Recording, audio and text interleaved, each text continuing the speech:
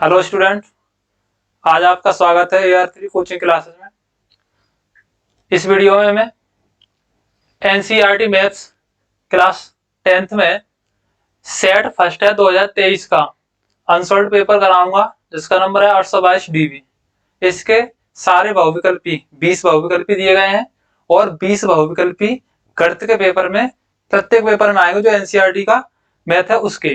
तो मैं इस वीडियो में कराने वाला हूं 1 से लेके 20 बहुविकल्पी क्वेश्चन। तो देखें, खंड आ में बहुविकल्पी प्रश्न दिए गए हैं 20, जिनको मैं कराने वाला हूं।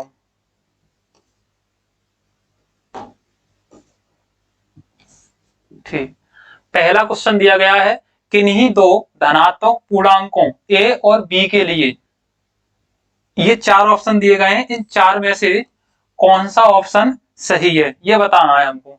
तो देखते हैं, किन्हीं दो धनात्मक पूर्णांकों के लिए एलसीएम और एचसीएफ के लिए एक सूत्र होता है,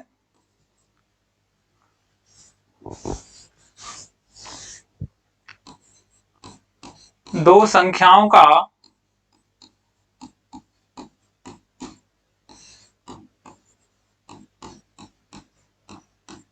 गुणनफल बराबर HCF गुणा LCM। तो इसमें देखते हैं हम, ये पहला ऑप्शन दिया गया है A बराबर HCF AB का इंटू B, तो ये तो है नहीं। A इंटू B बराबर LCM दिया गया, AB का ये भी नहीं है। B बराबर HCF AB का इंटू LCM AB का, तो ये B बराबर दिया गया है। यहाँ पर दो संख्याएं दी गई हैं A और B, इन दोनों के लिए A और B का क्या है, दो संख्याओं का गुणनफल बराबर किसके है, HCF AB का HCF इंटू LCM। तो इसका सही आंसर है हमारा डी ऑप्शन। दूसरा क्वेश्चन है इसका, एक शून्येतर परमेय संख्या एक एवं अपरमेय संख्या का भागफल होता है। शून्येतर, सबसे पहले समझे शून्येतर क्या होता है। शून्येतर का मतलब होता है, शून्येतर शून्येतर का मतलब होता है शून्य को छोड़कर, शून्य को छोड़कर, यानी कि शून्य को छोड़कर किसी परमेय संख्या को अपरमेय संख्या से भाग दिया जाएगा तो उसमें उसका क्या होगा उत्तर, प्राकृत संख्या होगी या अपरमेय संख्या होगी या परमेय संख्या होगी या पूर्ण संख्या होगी। जैसे मान लीजिए 5 एक परमेय संख्या है और परमेय संख्या को मैंने √2 से क्या दिया, भागिए अपरमेय संख्या √2। अगर इसको मैं भाग दूंगा तो इसको ये भी तो एक अपरमेय संख्या हो गई, तो ये कैसी होगी, अपरमेय संख्या।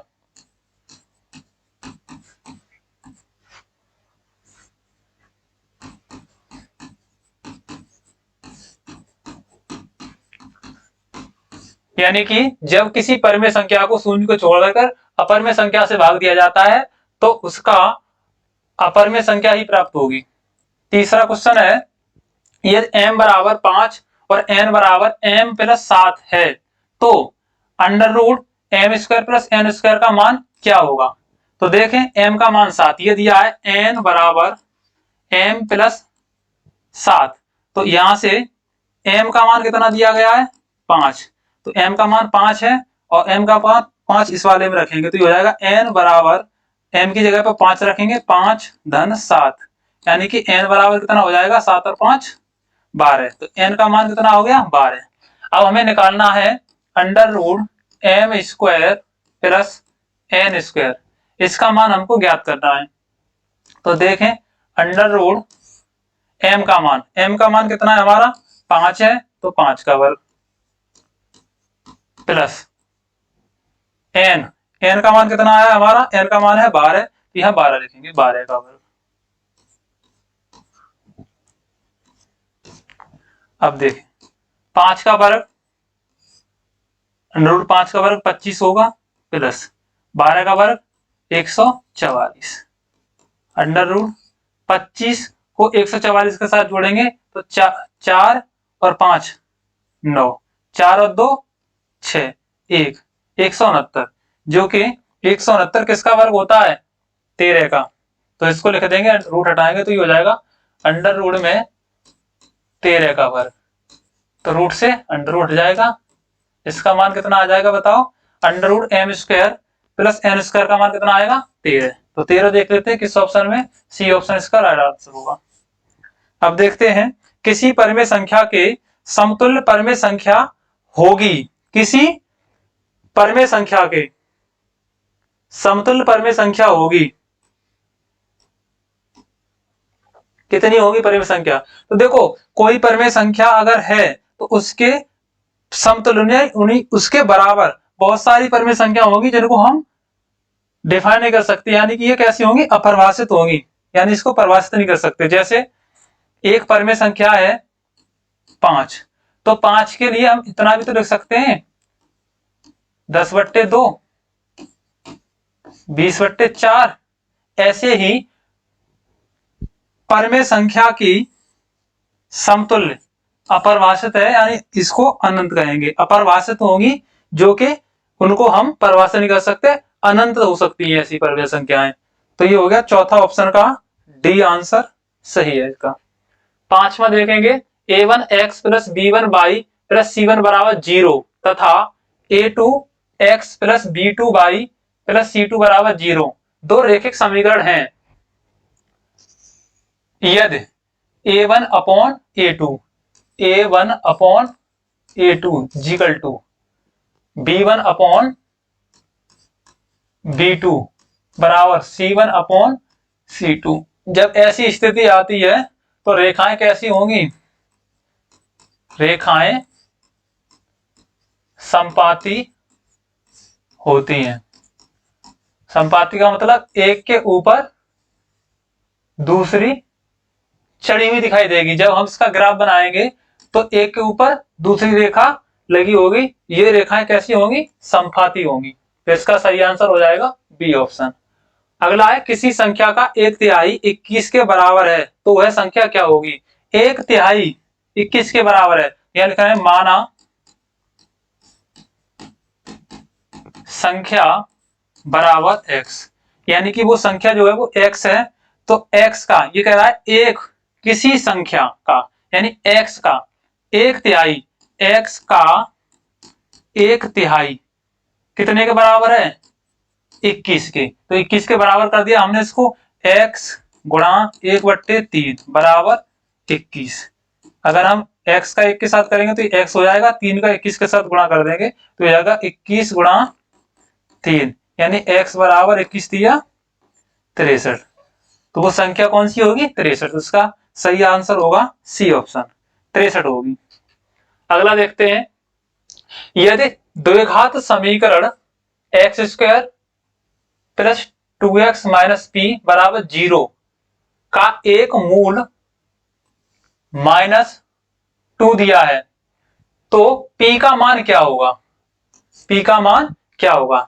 जैसे मान ले रहे हैं हम कि ये जो समीकरण दिया है x square plus 2x minus P बराबर 0 में, तो जब द्विघात समीकरण होता है उसके अधिकतम मूल 2 होंगे, त्रिघात समीकरण के अधिकतम मूल कितने होते हैं? शून्य की संख्या 3 होती है। तो यहाँ पर 2 दिए गए होंगे तो 2 में से 1 दिया गया है -2। तो यहाँ पर द्विघात समीकरण के लिए हम अगर ये इसका एक मूल है तो इसका मतलब ये हुआ कि इस समीकरण का ये एक गुणनखंड होगा, और गुणनखंड होगा तो यहाँ पर इसको हम इस तरह से कर सकते हैं -2 जो है x बराबर रख के हल कर सकते हैं। तो ये इसको क्या करेगा? ये इसका एक गुणनखंड होगा। तो यहां हम -2 x की जगह पर रख के हल करेंगे, -2 का square plus 2 into -2 minus P बराबर 0। अब यहाँ -2 का वर्ग करोगे तो ये हो जाएगा 4। 4 क्यों हो जाएगा? -2 इंटू -2 इनका गुणा करेंगे तो ऋण और ऋण का गुणा हो जाता है धन, 2 का गुणा करेंगे तो 4। तो ऋण की जितनी भी ऋणात्मक संख्याएं होती है उनका वर्ग जो है सदैव धनात्मक ही आता है। ठीक है, तो यहाँ हो जाएगा -2 का वर्ग 4, यहाँ धन और ऋण का गुणा करेंगे तो ये हो जाएगा -2 दूनी 4 माइनस पी बराबर 0। अब देखेंगे हम यहाँ पर ये है प्लस का और ये है माइनस का, तो ये p का इधर ले जाएंगे तो 4 में से 4 घटाएंगे तो ये तो बच गया 0 माइनस p बराबर 0, यानी कि p का पक्षांतर करोगे तो यहाँ से 0 बराबर क्या हो जाएगा प्लस का p, यानी कि p का जो मान होगा वो क्या होगा 0 होगा। तो इसका सही आंसर होगा ऑप्शन ए। या इसको इस तरह से भी कर सकते हैं, माना एक मूल,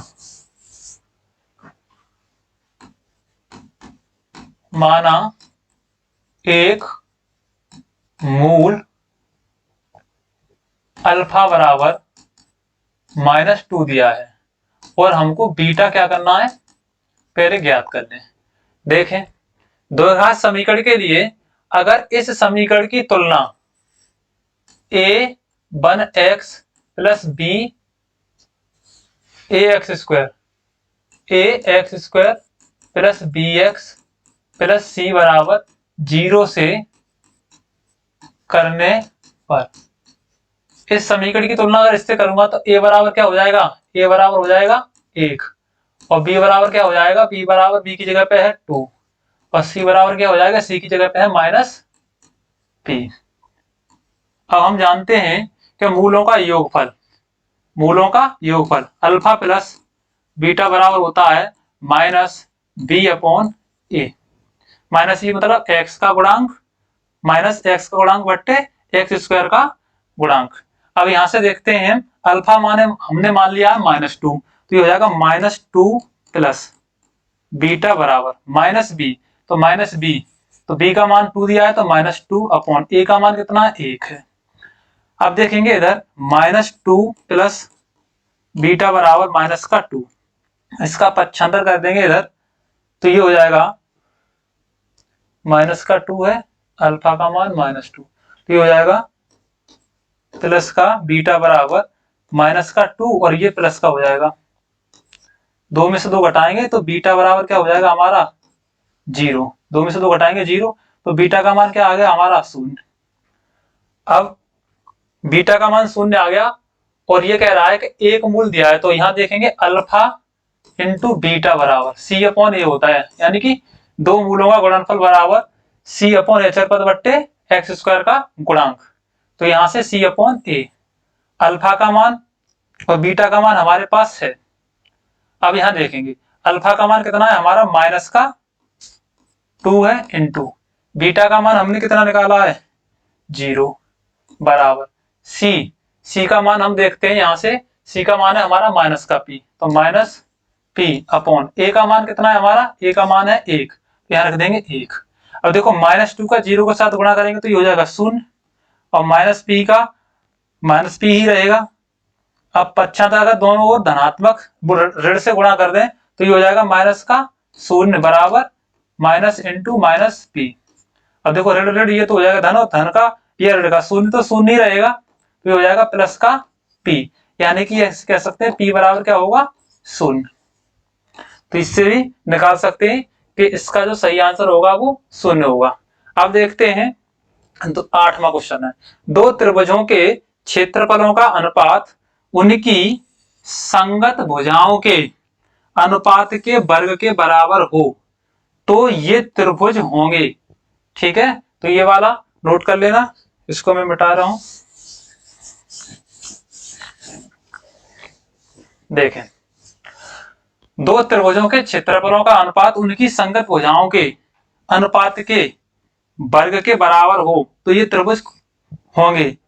समबाहु त्रिभुज होंगे, विषमबाहु त्रिभुज होंगे, समरूप त्रिभुज होंगे या समद्विबाहु त्रिभुज होंगे। तो समरूप त्रिभुज, दो समरूप त्रिभुज होते हैं, एक त्रिभुज ये है, दूसरा त्रिभुज ये है, ए बी और सी, ये पी, ये क्यू और ये आर।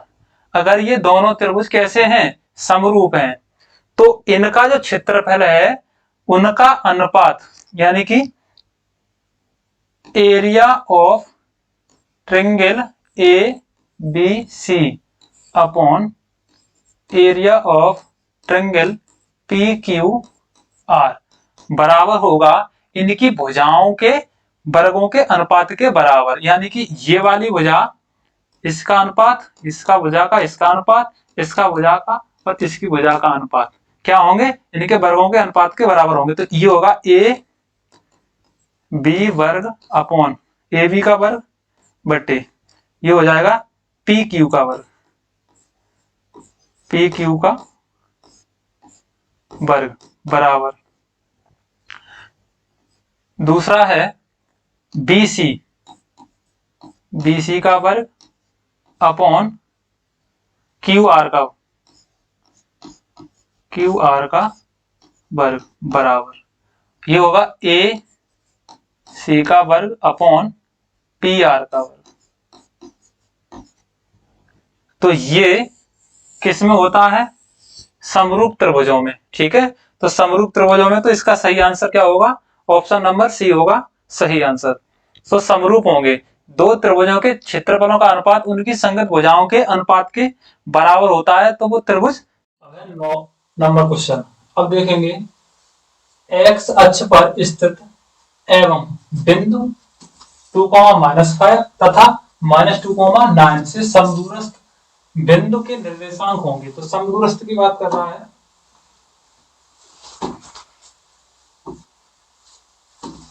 देखें समदूरस्थ, यहां पर मैंने एक निर्देशांक बना दिया। अब इस पर मैं 1 2 3 4 5 6 1 2 3 4 5 6 1 2 3 4 5 6 1 2 3 4 5 6 7। अब देखो 2,-5 तो 2 धनात्मक हो जाएंगे, 1 2 और -5 ऋणात्मक हो जाएंगे। तो ये हो गया एक्स अक्ष, ये एक्स डैश अक्ष, ये वाई डैश अक्ष और ये वाई अक्ष। तो माइनस इधर के होंगे वो धनात्मक होंगे, इधर जो होगा वो ऋणात्मक, इधर धनात्मक और इधर ऋणात्मक एक्स लिया जाएगा। अब 1 2 दो धनात्मक है और 5 ऋणात्मक है, 1 2 3 4 5 तो यहाँ आ गए।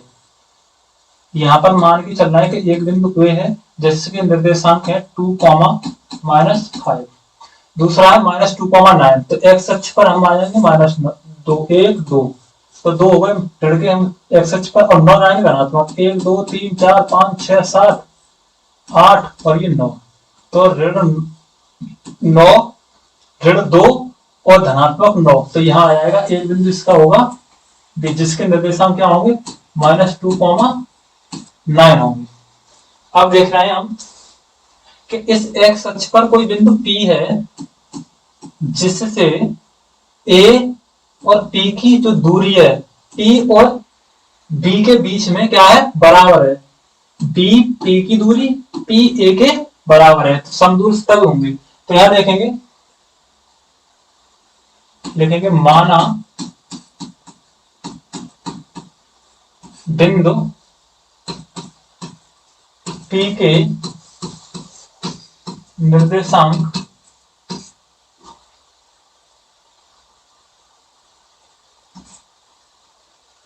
x, 0 है, क्योंकि वो x अक्ष पर पूछ रहा है तो x अक्ष पर तो आएगा लेकिन y अक्ष पर क्या होगा, 0 होगा। अब दो बिंदुओं के बीच की दूरी, तो सबसे पहले हम निकाल ले रहे हैं कि जो b के निर्देशांक दिए गए -2,9 और a p के निर्देशांक है हमारे ये।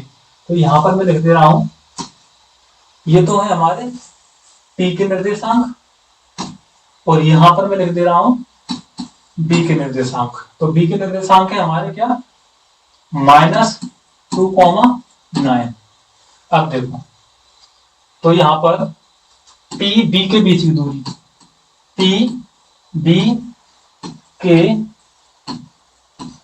बीच की दूरी, चाहे यहां पर b भी लिख लें या p भी लिख लें, बराबर क्या होता है दूरी सूत्र √x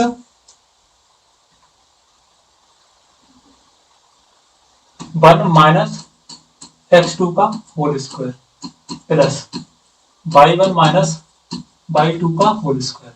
यहां पर हमारा ये हो जाएगा x1, इसको मानेंगे x1 और इसको y1, x2 y2 रखें। √x1 का मान हमारा x है माइनस x2 का मान माइनस है तो -2 और इसका होल वर्ग प्लस y1 का मान हमारा 0 -9 इसका वर्ग x ऋण का गुणा हो जाएगा धन 2 का वर्ग प्लस ये हो जाएगा -9 का वर्ग। इसको खोलेंगे अंडर रूट में तो ये हो जाएगा एक्स स्क्वायर प्लस 2 का वर्ग 4 प्लस 2 दूनी 4x प्लस 9 का वर्ग 9 ने 81 धनात्मक हुआ। इसको आगे और हल करोगे तो हो जाएगा अंडर रूट में x square plus 4x plus 81 और 4 85। तो ये तो हो गया हमारा ए बीपी के बीच की दूरी। अब हम निकालेंगे ये बीपी के बीच की दूरी निकाल ली है हमने बी और पी के। अब निकालेंगे पी और ए यानी कि एपी के बीच की दूरी।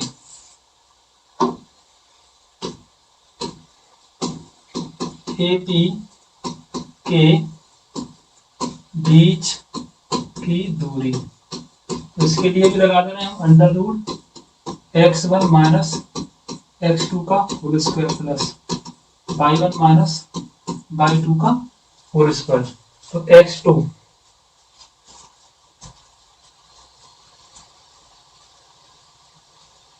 अब p के निर्देशांक तो p के निर्देशांक हम यहां लिख दे रहे हैं। p के निर्देशांक होंगे हमारे x, 0 और a के निर्देशांक है हमारे 2, ऋण 5। तो इसको मान के चल रहा हम x1 ये y1 x2 और ये y2। तो ये मान यहां रखेंगे हम।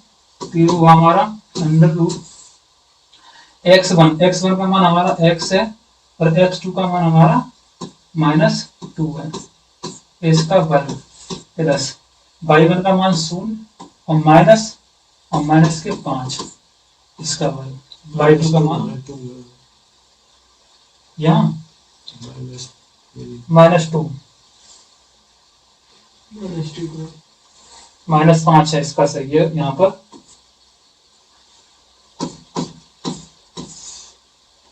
एक्स स्क्वायर खोल देंगे इसको एक्स स्क्वायर प्लस 4 माइनस का 4x प्लस यह माइनस से माइनस प्लस हो जाएगा 5 और 5 का वर्ग क्या होगा 25।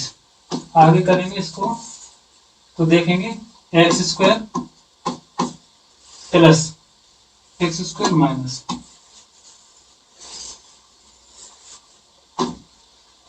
अंडर रूट में एक्स स्क्वायर माइनस का 4x और 25 और 4 29 ये क्या हो जाएंगे 25 और 4 29। अब देखें ये एपी और ये बीपी तो ये क्या है समदूरस्थ है। तो ये इसकी दूरी और इसकी दूरी क्या होगी बराबर होगी। तो इसको लिख देंगे हम एपी बराबर बीपी। तो एपी का मान कितना है हमारा एपी का आया है अंडर रूट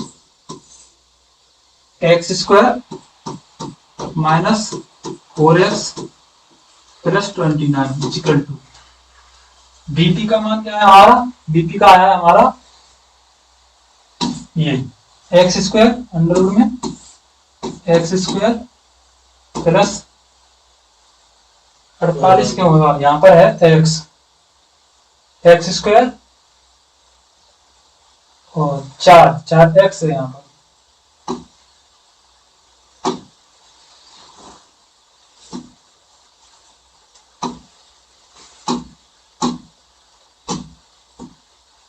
यहाँ पर 4x है।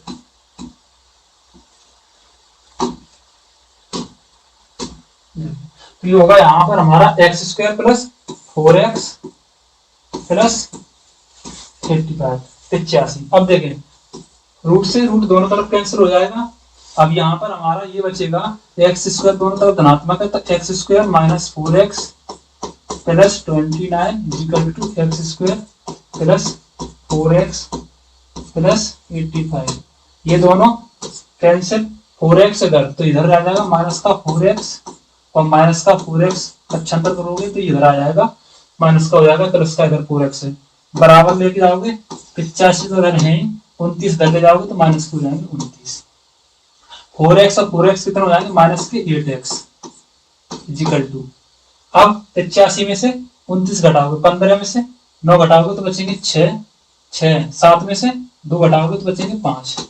अब 8 सत्ते 56, यानी कि यहां पर होगा हमारा -x = 7। दोनों ओर ऋण का गुणा करेंगे तो x बराबर क्या हो जाएगा, -7। तो यहां पर जो बिंदु P होगा उसके निर्देशांक क्या होंगे, क्योंकि बिंदु P के निर्देशांक हमने क्या लिए थे, x, 0। तो बिंदु P के निर्देशांक हो जाएंगे, P के निर्देशांक x, 0 अर्थात x का मान 7 है तो -7, 0। तो इसमें x का -7 है तो -7, 0 ये है।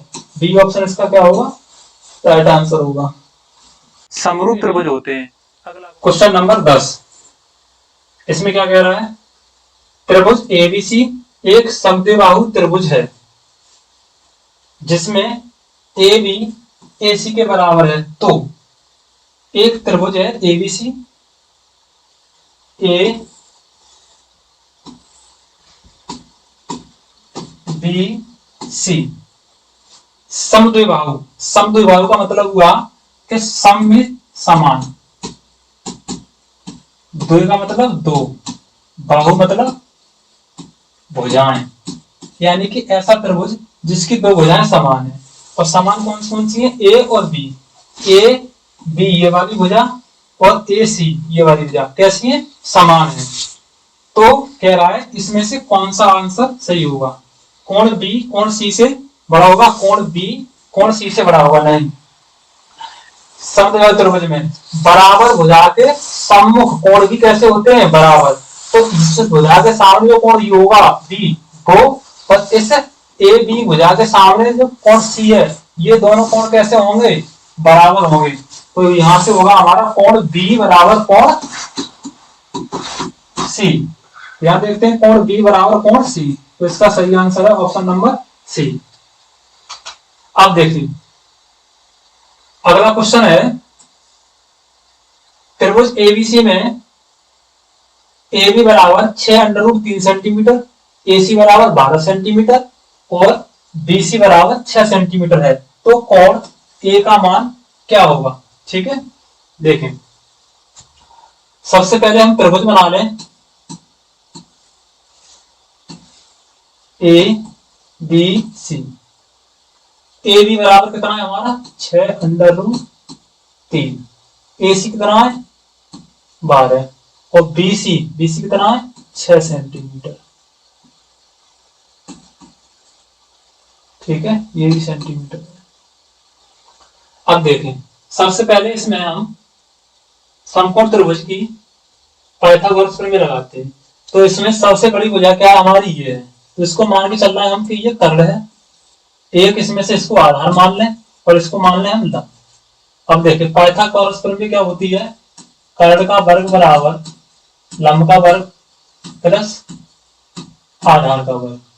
अब कर्ण हमारी 12 है तो 12 का वर्ग बराबर लंब हमारी इसमें 6√3 है तो इसका वर्ग प्लस आधार हमारा 6 है तो 6 का वर्ग।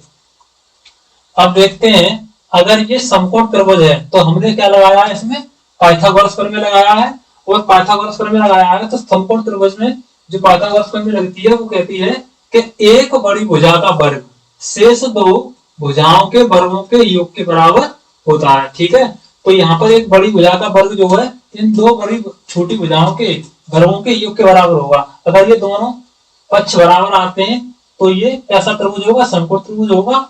तब देखें तो यहाँ से 12 का वर्ग होगा 144 बराबर, इसका वर्ग करेंगे तो 6√3 का वर्ग करोगे, इसको हम इस तरह से लिखते हैं 6√3 इंटू 6√3। देखो 6 का 6 के साथ गुणा करेंगे 6 36 गुणा √3 का √3 के साथ गुणा करोगे। और √3 का मतलब होता है जिस भी संख्या पर घात लगी होती, √3 लगा होता है तो उसका मान होता है घात के रूप में √3 का, इसको लिख देंगे हम 1/2, 3 के ऊपर घात 1/2, यानी आधी घात इसकी यहाँ पर हो गई और आधी घात इसकी यहाँ पर हो गई। आधी घात और आधी घात कितनी हो गई, एक घात, गुणा में घात जुड़ती है तो √3 का √3 के साथ गुणा करेंगे तो कितना हो जाएगा 3। अब इसके साथ गुणा करेंगे तो जब 36, 3 छक्के 18, 3 तिया 9 और 1 10, कितना होगा 108। तो ये तो हो जाएगा, इसका वर्ग खोल देंगे तो 108 प्लस 36। अब जोड़ लें 144 बराबर 108 में 8 और 6 14 के 4 हासिल 1, 3 0 और 1 हासिल का 3 और 1 4, 1 का 1, यानी कि इधर भी 144 इधर भी 144। यहाँ पर जो त्रिभुज में हुआ उसमें जो बी होगा वो कैसा होगा, कोण समकोण होगा। तो इसका सही आंसर क्या होगा, ऑप्शन नंबर बी सही है। अब देखते हैं हम, एक समबाहु त्रिभुज एबीसी की भुजा 2a है।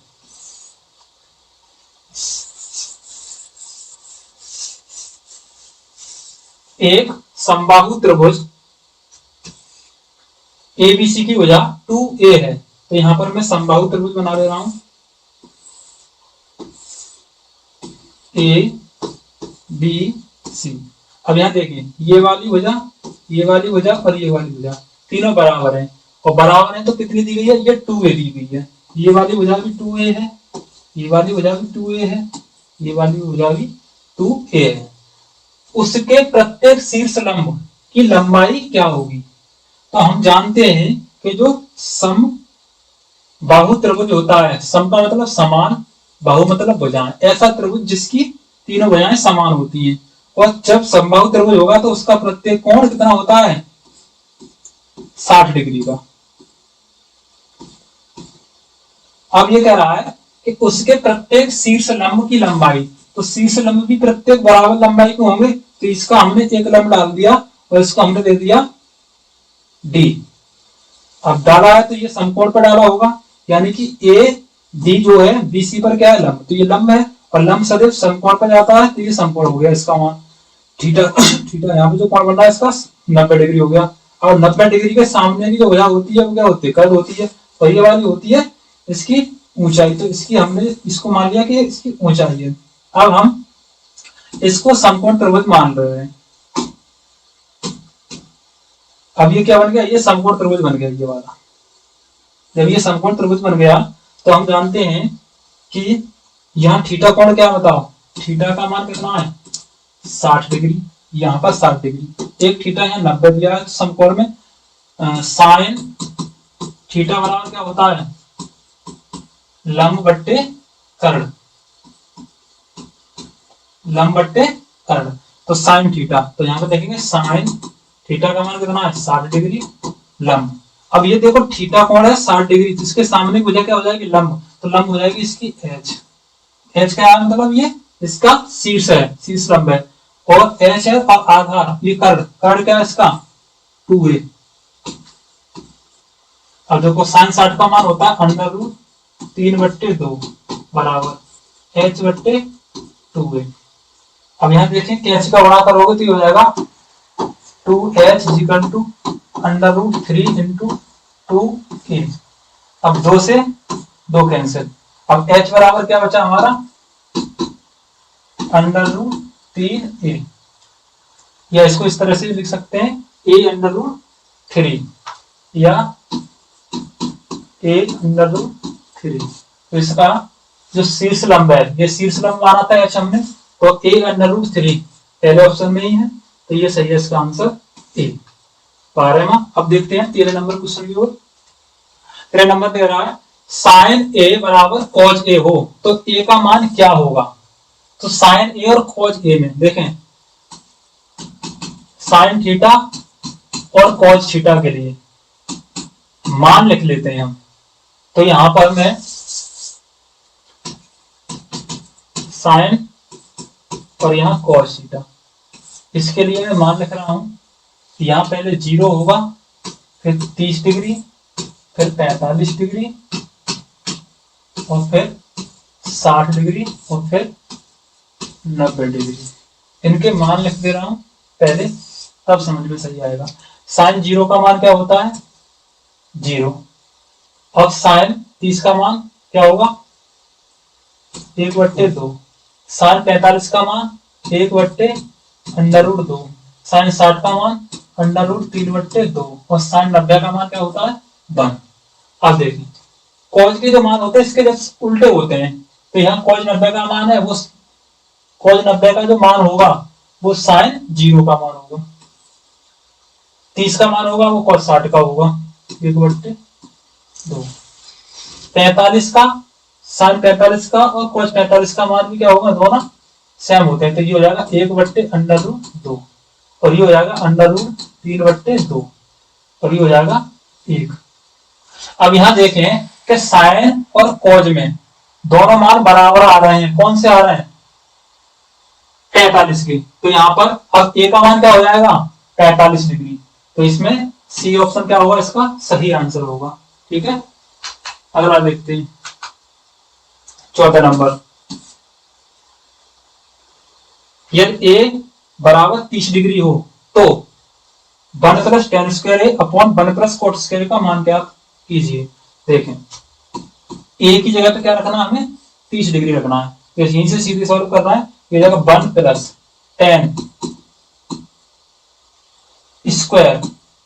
30, ए का मान कितना है 30 बट्टे 1+cot²,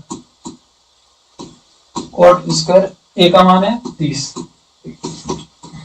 1+tan² 30, तो tan 30 का मान कितना होता है 1/√3 और इसका वर्ग अपॉन 1+cot 30 का मान क्या होता है √3 और इसका वर्ग। अब देखें ये हो जाएगा बराबर 1+, इसका अगर वर्ग करेंगे तो जाएगा 1/3, क्योंकि √3 का जब वर्ग करेंगे, जैसे √3 दिया है ये और इसके ऊपर अगर हमने 1/√3 मान लो और इसके ऊपर वर्ग लगा दिया, ये हो जाएगा 1/√3, इसका वर्ग अलग कर दो और इसका वर्ग अलग कर दो, इसका एक का वर्ग तो एक ही रहेगा और √3 का मतलब हुआ कि ये जो रूट लगाया इस पे 3 पे, इसकी घात हो जाएगी 1/2 और घात के ऊपर घात लगी उसका गुणा कर देते हैं, तो इससे ये कैंसिल, तो क्या बचेगा 1/3, तो यहाँ हो गया हमारा 1/3, नीचे हो जाएगा 1+√3 का वर्ग करेंगे तो ये हो जाएगा 3, यहाँ पर एलसीएम ले लेंगे 3 और 1 का, तो एलसीएम हो जाएगा 3, 3 एकम 3 धन 1 का 1 के साथ गुणा करेंगे तो 1 बटे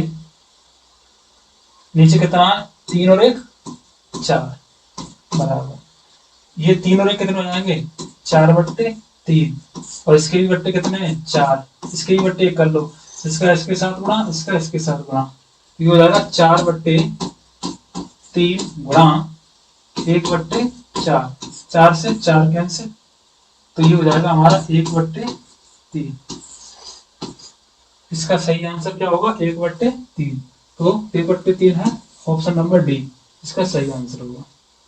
अब देखते हैं 15 नंबर क्वेश्चन। यदि एक गोले की त्रिज्या को दोगुना कर दिया जाए तो उसके पृष्ठीय क्षेत्रफल में होने वाली प्रतिशत वृद्धि क्या होगी। एक गोला है और इसकी त्रिज्या दी गई है r, अब इस गोले की त्रिज्या हमने क्या कर दी दोगुनी कर दी, 2r कर दी। अब ये कह रहा है गोले की त्रिज्या को दोगुना कर दिया जाता है तो उसके पृष्ठीय क्षेत्रफल में वृद्धि क्या होगी। तो गोले का पृष्ठीय क्षेत्रफल, गोले का पृष्ठीय क्षेत्रफल बराबर क्या होगा 4πr²। ठीक है, ये 4πr², देखो यहां पर r है तो इसके लिए हो जाएगा 4πr² और यहां पर 2r है तो इसके लिए हो जाएगा 4π2r का स्क्वायर, तो इसको रखेंगे 4π, 2 का वर्ग करेंगे 4 और ये हो जाएगा r², यानी कि 4×4 16πr²। अब इसका पहले जो था वो 4πr² था और इसका जो त्रिज्या दुगनी कर दी तो वो 16πr²। अब कह रहा है कि क्षेत्र उसके पृष्ठीय क्षेत्रफल में वृद्धि, तो पृष्ठीय क्षेत्रफल में वृद्धि बराबर कितनी होगी? तो देखो इनका पहले पहले कितना था ये और दूसरा कितना था, इसमें से इसको घटाएंगे तो 16 pi r square minus 4 pi r square upon प्रारंभिक मान क्या है हमारा 4 पाई आर स्क्वायर इंटू 100। ठीक है 100 और ये क्या होगा वृद्धि में प्रतिशत में करवा रहा है तो परसेंट। अब देखेंगे 16 में से 4 घटाएंगे तो कितना बचेगा 12 pi r square upon 4 pi r square. R square से आर स्क्वायर पाई से पाई करते 4×3=12 इंटू में यहाँ पर 100 हो रहे हैं तो ये 3 का गुणा 100 के साथ करेंगे तो ये हो जाएगा 300%। तो इसका राइट आंसर होगा option number 3 100%। Sorry right answer होगा सी 300%। अब देखते हैं दो वृत्तों के व्यासों का अनुपात 4:9 है। वृत्तों की परिधियों में अनुपात क्या होगा? देखें दो वृत्त दिए गए और उनके व्यासों का अनुपात दिया है। एक वृत्त ये है और दूसरा वृत्त ये है। इनके व्यासों का अनुपात, ये व्यास है इसका और ये भी इसका व्यास है। मान के चल रहे हैं कि इसका जो अनुपात है ये तो अनुपात दिया है तो इसका हम मान के चल रहे हैं कि ये 4x व्यास हो जाएगा और इसका हो जाएगा 9x। अब व्यास होगा तो त्रिज्या इसकी आधी होगी, त्रिज्या हो जाएगी इसकी 2x, ये त्रिज्या होगी इसकी 2x और इसकी त्रिज्या कितनी हो जाएगी 9x अपॉन 2 आधी आधी। तो ये होगी इसकी त्रिज्या, ये होगी इसकी त्रिज्या। कह रहा है वृत्तों की परिधियों में अनुपात, तो वृत्तों की परिधियों में अनुपात यहां निकाल रहे हैं हम। यहां जिसका व्यास कम है मान के चल रहा है इसका, तो यहां लिखेंगे 4x व्यास वाले वृत्त की परिधि बटे और यहां पर है हमारा 9x व्यास वाले वृत्त की परिधि क्या होगा? वृत्त की परिधि क्या होती है? वृत्त की परिधि, ये वृत्त है इसकी परिधि होती है 2 पाई आर। नीचे क्या होगा 2 पाई आर। इसका व्यास बड़ा है तो इसको हमने कैपिटल आर से दिखा दिया इसकी त्रिज्या को और इसको हमने दिखा दिया स्मॉल आर से। यहां देखेंगे इसकी मैंने स्मॉल आर से दिखा दी त्रिज्या और इसकी मैंने कैपिटल आर से। अब ये मान हमने कहा रख दिया यहाँ पर, तो यहाँ रखेंगे ये तो पाई से 2 पाई कैंसिल हो जाएगी। अब यहाँ हमारा बचेगा आर, 2 पाई से 2 पाई कैंसिल। अब यहाँ बचेगा हमारा आर अपॉन कैपिटल आर। अब देखें स्मॉल आर का मान दिया है 2x अपॉन कैपिटल आर का 9x अपॉन 2। इसके बटे एक कर लो, ये 2 इसके साथ जाएगा गुणा में और ये 9x इसके साथ गुणा में, तो 2 का 2x के साथ गुणा करोगे तो ये हो जाएगा बराबर में 4x अपॉन और ये हो जाएगा 9x का 1 के साथ गुणा करोगे तो 9x, x से x कैंसिल। यहां पर जो बचेगा हमारा रेशियो वो आएगा 4:9 तो बचेगा यहाँ पर। तो इसका जो आंसर होगा वो 4:9 सही ऑप्शन का 4:9 20 का सही आंसर होगा। अब देखते हैं 17 नंबर। निम्नलिखित सारणी का माध्य होगा। ये सारणी बनी हुई है, वर्गांतराल और बारंबारता दी गई है। माध्य बराबर क्या होता है इसका? वर्गांतराल, इसका मध्यमान और निकाल लें। तो देखो ये दिया है वर्गांतराल, यहां दी गई है इसकी बारंबारता और यहां निकाल रहा है इसका मध्यमान। मध्यमान वर्गांतराल दिया 0 से 2, 2 से 4, 4 से 6, 6 से 8, 8 से 10।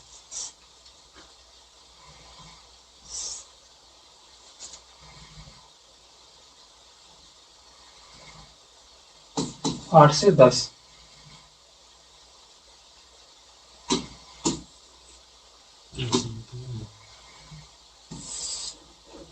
अब 12 नंबर दी हुई है इसकी 3, 1, 5, 4 और ये 7।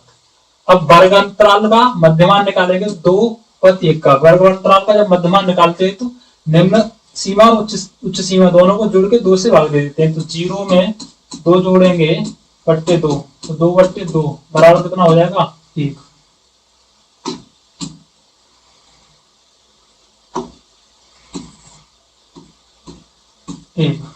अब ये 4 और 2 कितने हो गए 6, 6 से कितना आ जाएगा 3, तो इसका आ जाएगा हमारा 3। 6 बच्चा 10 का हो जाएगा 5 आधा, 8 और 6 14 का आधा हो जाएगा 7, 10 और 8 का 18 का हो जाएगा 9। अब हम देखते हैं कि ये तो है f का मान और ये होता है हमारा x का मान। अब यहाँ पर सिग्मा f इंटू एक्स निकालेंगे, f इंटू एक्स।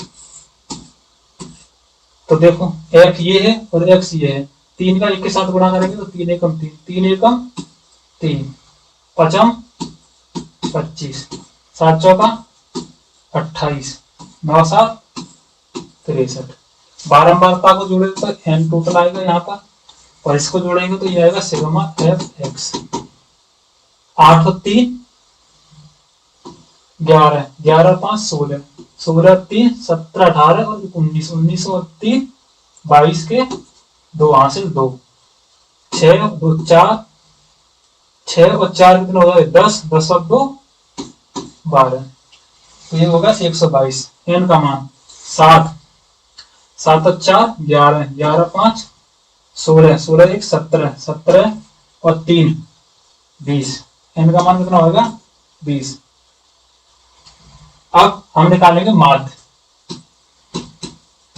माध्य बराबर सिग्मा एफ एक्स बटे एन, सिग्मा एफ एक्स ये हो जाएगा 122 बटे 20, 20 2 से काट ले पहले, यहाँ पे 2 ढाई 20, 2 6 12, 2 एकम 2, 61 बट्टे 10, 61 का भाग देंगे इसमें, यह आएगा 6.1। तो इसका 6.1 केवल सही आंसर है, इसमें ऑप्शन नहीं लिखे हैं, छूट गए हैं। तो इसका जो माध्य होगा वो 6.1 आएगा। ऑप्शन नंबर नहीं दिया है इसमें, ठीक है। आगे देखिए क्वेश्चन नंबर 18, किसी 12 मात्रा बंटन का माध्य 24.1 और बहुलक 28 है, तो उसका माध्य क्या होगा। एक फॉर्मूला होता है बहुलक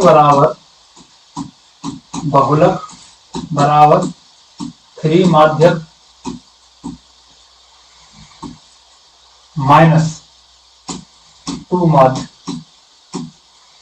देखें ये क्या दिया है माध्य और ये दिया है बहुलक, उसका माध्य ज्ञात करना है, हमें माध्य ज्ञात करना है। तो बहुलक कितना दिया है 28, तो यहाँ लिखेंगे 28 बराबर 3 इंटू ये माध्यक है हमारा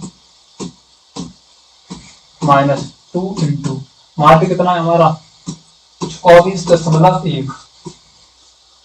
देखें ये हो जाएगा 28 बराबर 3 इंटू माध्यक माइनस 2 का गुणा कर दें, 2 एकम 2, 2 चौका 8, 2 दूनी 4। तो इसका पक्षांतर कर लें 28 माइनस के लेके आओगे प्लस के हो जाएंगे 48.2 बराबर 3 इंटू माध्य। अब ये 3 इसके साथ इसमें गुणा में है तो इसका भी पक्षांतर करो तो भाग में चला जाएगा, और इनको क्या कर लेंगे जोड़ लेंगे। तो यहाँ पर 10 मतलब इसके बाद में 0 होगा तो 0 के साथ 2 जोड़ेंगे तो 2 हो जाएगा, 8 और 8 16 के 6 हासिल 1, 4 और 2 6 और 1 7, और ये 3 कहाँ चला जाएगा इसके भाग में, तो इधर हो जाएगा माध्यक। 3 से इसको काटेंगे, 3 दूनी 6, एक बचेगा 5 15 दशमलव, एक बचेगा 12 हो जाएंगे, 3 चौका 12। तो इसका माध्यक जो आएगा माध्यक बराबर होगा हमारा 25.4। ऑप्शन नंबर इसका कितना है 25.4, 4 नहीं 3 होगा, 3 चौका 12। 25 दिया है इसका, 0.4, एक बार चेक कर लेते हैं। 28 3 24.1 दिया है, 28 दिया है तो 24, 2 एकम 2, 2 चौका 8, 2 दूनी 4, 48 हो जाएगा। 48 उधर लेके आएंगे तो 28 के साथ जोड़ेंगे 48 को, ये 2 और 8 16, 4 और 2 6 और 1 7, 76 हो जाएगा। 76 में 3 है हमारे, 3 का भाग देंगे तो 3 दूनी 6, 1 बचेगा, 16 हो जाएंगे, फिर 5 15, 1 बचेगा 12, 3 चौका 12, 25.4 ही आ रहा है इसका, सही है। या तो यहाँ पर मिसप्रिंट हो गया, ठीक है, तो यहाँ पर 4 कर दो, 25.4 सही आता है। अब कह रहा है 19 नंबर क्वेश्चन दिया गया है, ये 12 अंतराल है और ये 12 दी गई है। कह रहा उपयुक्त 12 बंटन में बहुलक वर्ग होगा, क्या होगा, बहुलक वर्ग। तो देखो इसमें जिसकी 12 सबसे अधिक होती है वही उसका बहुलक वर्ग होता है। तो सबसे ज्यादा 12 इसमें 23 है, 23 से सब कम है, तो 23 में जो वर्ग अंतराल है वो कितना है, 20 से 30, तो 20 से 3, ये वाला ऑप्शन बी ऑप्शन इसका सही होगा। अब देखो 20 में कह रहा माध्य बराबर, वो माध्य कौमा माध्य एवं बहुलक के बीच में संबंध होगा। ये तो अभी मैंने लिखा था, बहुलक बराबर 3 माध्य -2 माध्य, ये अभी लिखा था मैंने, तो यहाँ पर देख लेंगे बहुलक बराबर 3 माध्य -2 माध्य, ऑप्शन नंबर बी जो है इसका सही आंसर होगा। तो इस वीडियो में हमने 20 से 20 बहुलक क्वेश्चन थे जो सही से पूरे करा दिए कंप्लीट, ठीक है। आप देखते हैं इससे अगली वीडियो में।